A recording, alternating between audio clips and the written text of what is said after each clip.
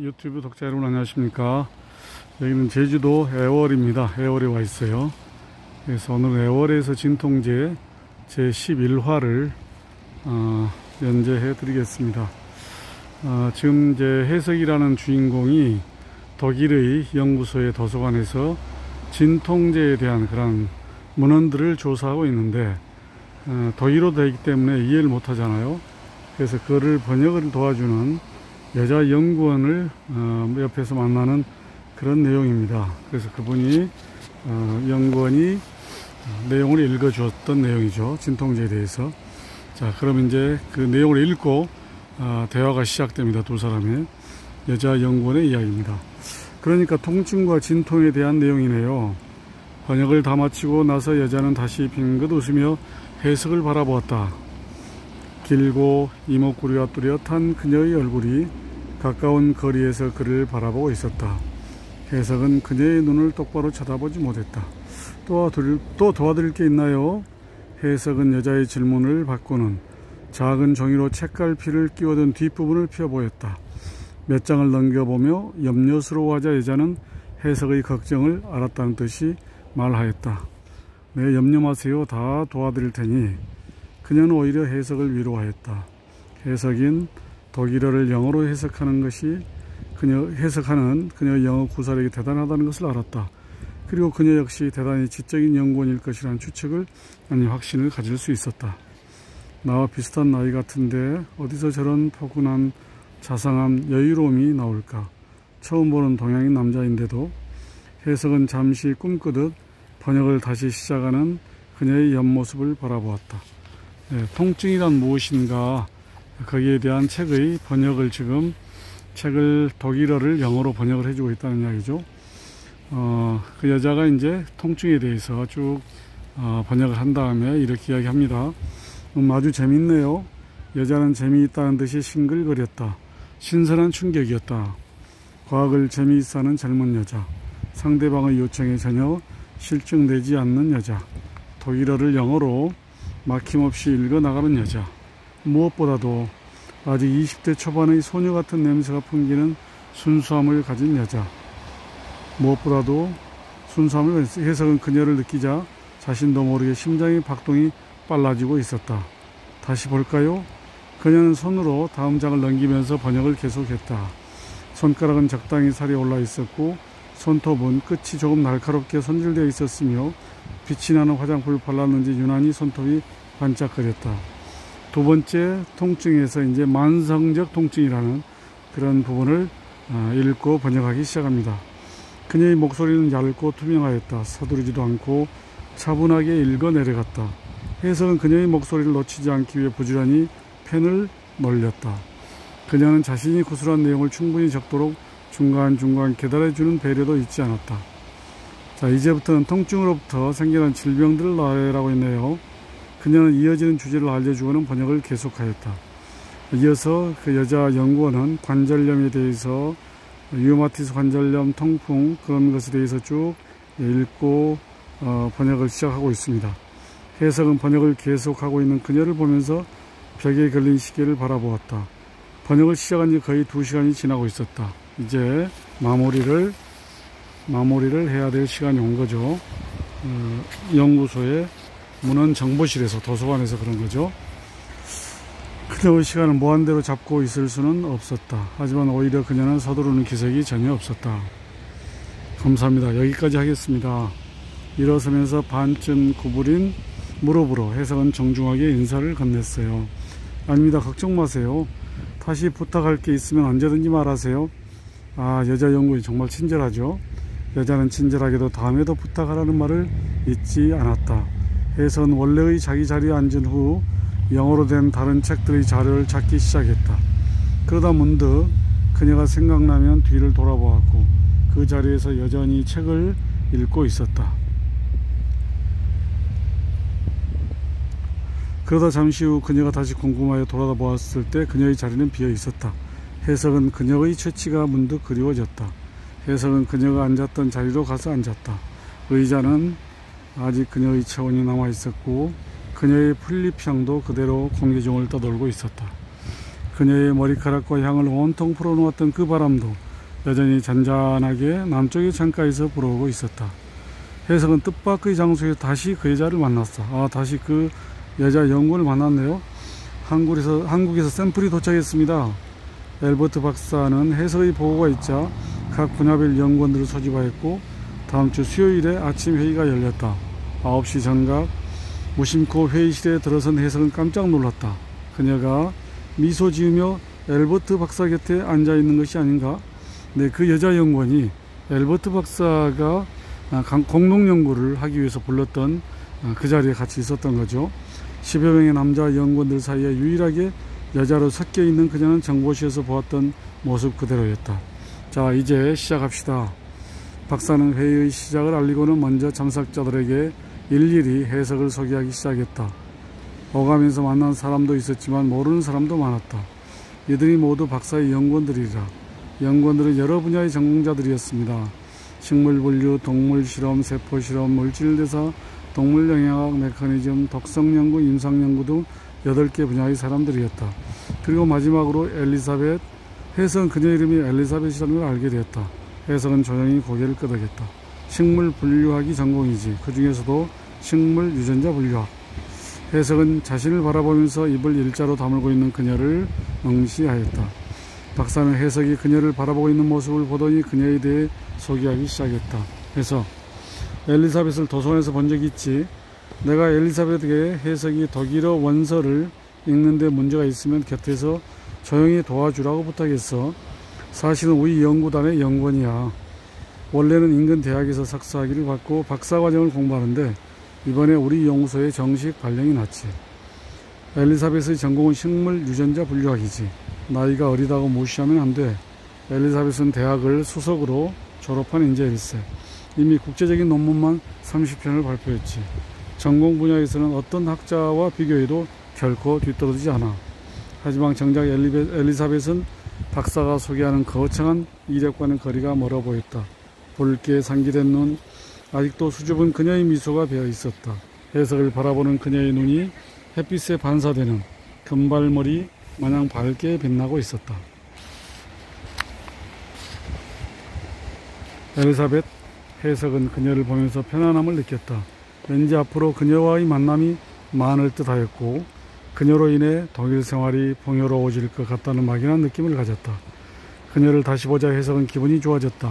체내에서 엔돌핀이 분비되어 머리를 한창 맑게 해주는 것 같았다. 해석은 여전히 그를 바라보고 있는 그녀를 쳐다보았다. 그와 눈이 마주칠 때마다 그녀는 생근 미소를 지어 보였다.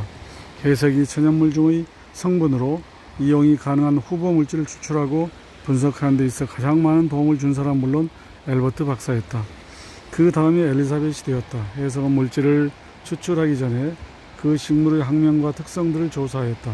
물질을 분리해낸다 할지라도 그 물질의 근원인 식물에 대한 종합적이고 체계적인 분석이 안 되어 있다면 사실은 실험을 시작했다고 볼 수 없다.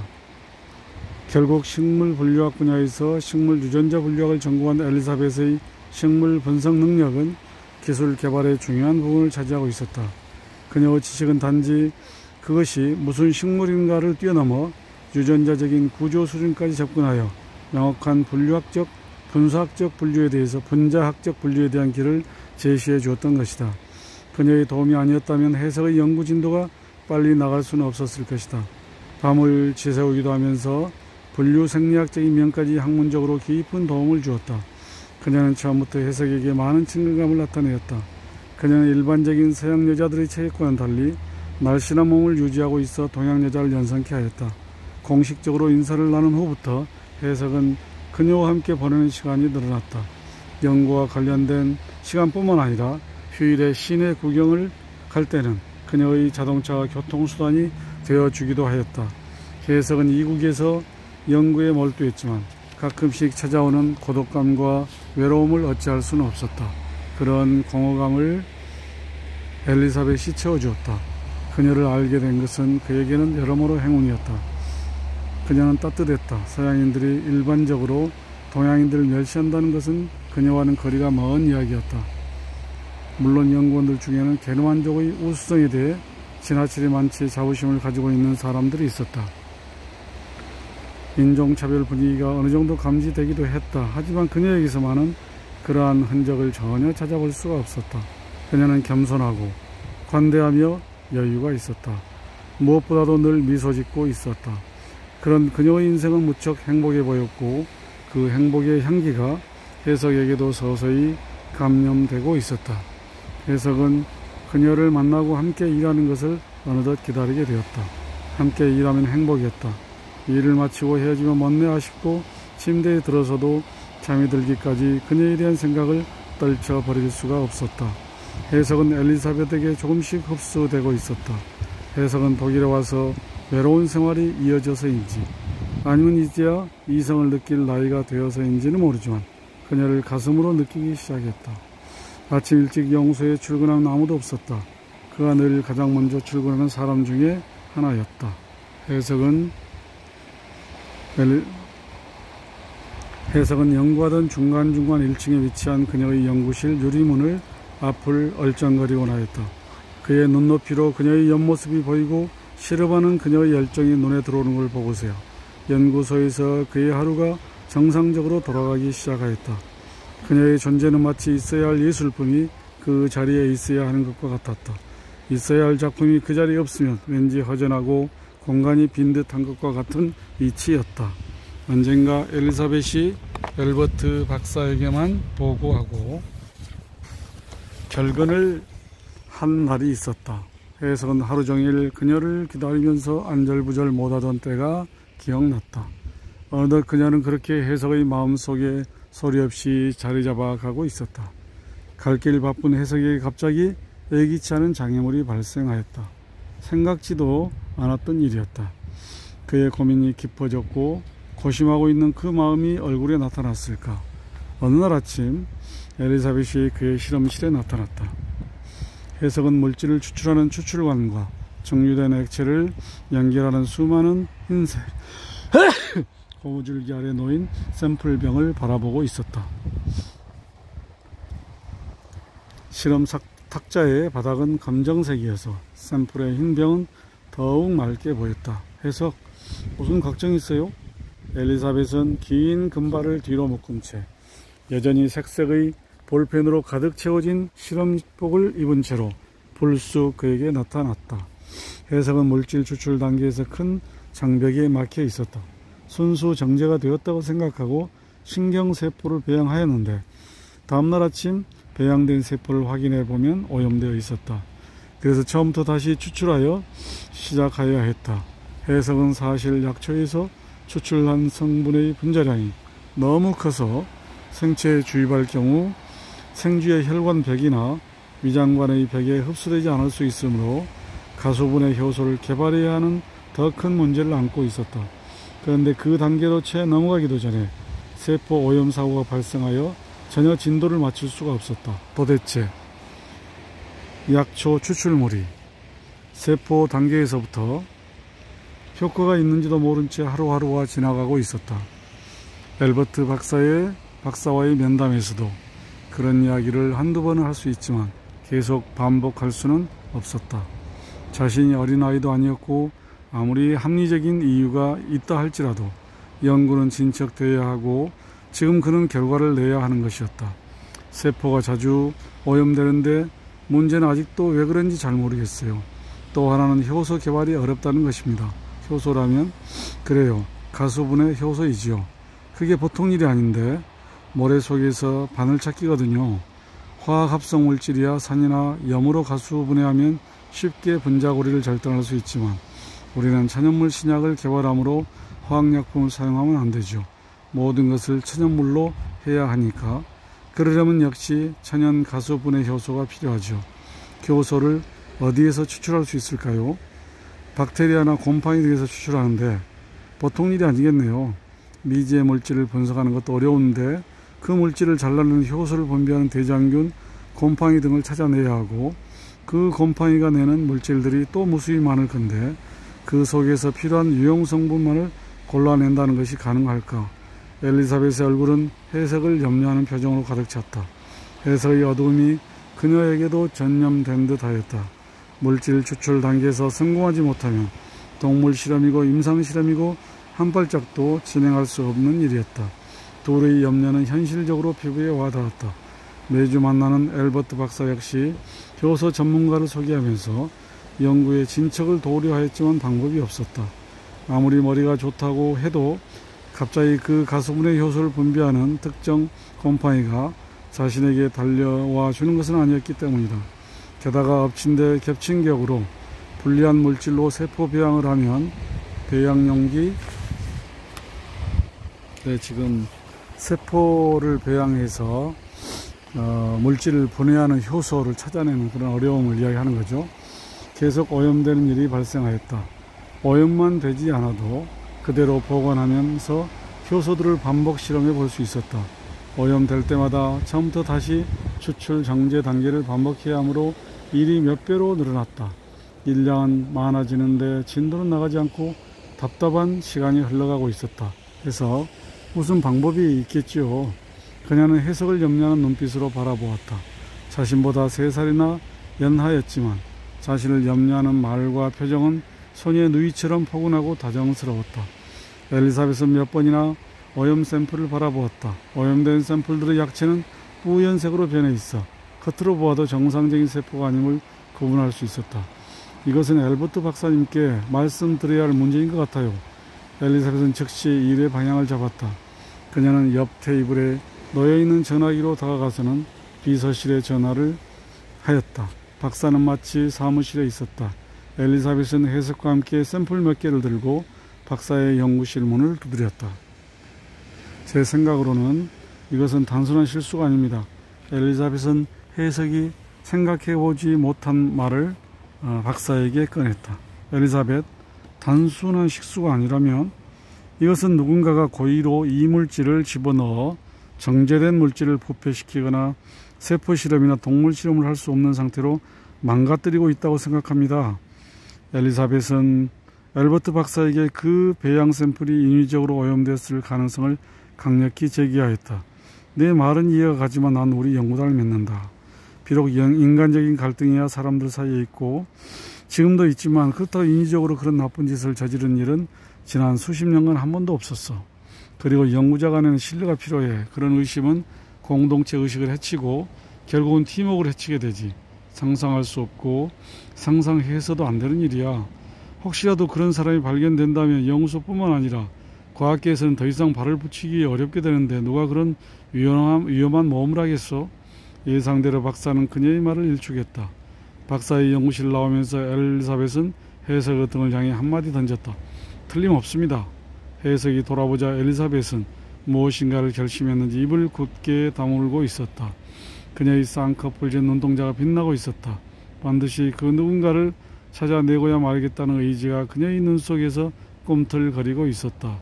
물질 배양실 같은 배양실은 많은 기계들이 윙윙거리고 있었다. 적당한 온도가 유지되고 있었고 작업자들은 자신들의 사용시간을 일지에 기록하고 있었다. 영국, 독일, 중국, 인도, 일본, 그리스 여러 나라에서 온 연구원들의 배양실 사용일지가 적혀 있었다. 이름과 사용시간 등이었다. 해석은 주변의 연구원 한 명 한 명을 떠올려 보았다. 누구도 의심이 갈 만한 사람은 없었다. 해석은 깊이 한숨을 내쉬었다. 답답했다. 건물을 나섰다. 찬바람이 불고 있었다. 하늘은 이미 어두워져 있었다. 오후 5시였지만 유럽의 저녁은 빠르게 찾아오고 있었다. 이곳의 많은 직장들이 7시에 출근하고 4시에 퇴근했다. 저녁이 빨리 오는 환경이 자연스럽게 그런 여건을 만들어낸 것이다. 해석은 도저히 자신이 없었다. 이것은 열심히 하는 것으로 될 문제가 아니었다. 그런데 그 문제에 대한 답을 엘리사벳이 의외로 쉽게 찾아냈다. 문제의 사람이 있었다. 찾았어요. 내 짐작이 맞았어요. 엘버트 박사에게 타인에 의한 세포의 오염 가능성을 제기한 지 일주일이 지나서였다. 아침 일찍 엘리사벳이 해석에게 다가왔다. 주위에는 연구원들이 없었지만 그녀의 말투는 조심스러웠다. 해석, 잠시 와보세요. 엘리사벳은 해석을 복도로 불러냈다.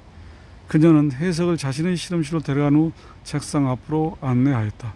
그러면서 실험실 주변을 둘러보았다. 다행히 연구원들은 자신들의 실험을 하느라 그들에게는 전혀 신경을 쓰지 않았다.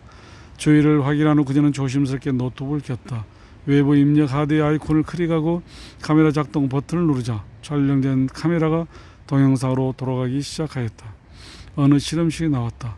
거기에 출입하는 사람들이 선명해 보였다. 해석의 얼굴도 있었다.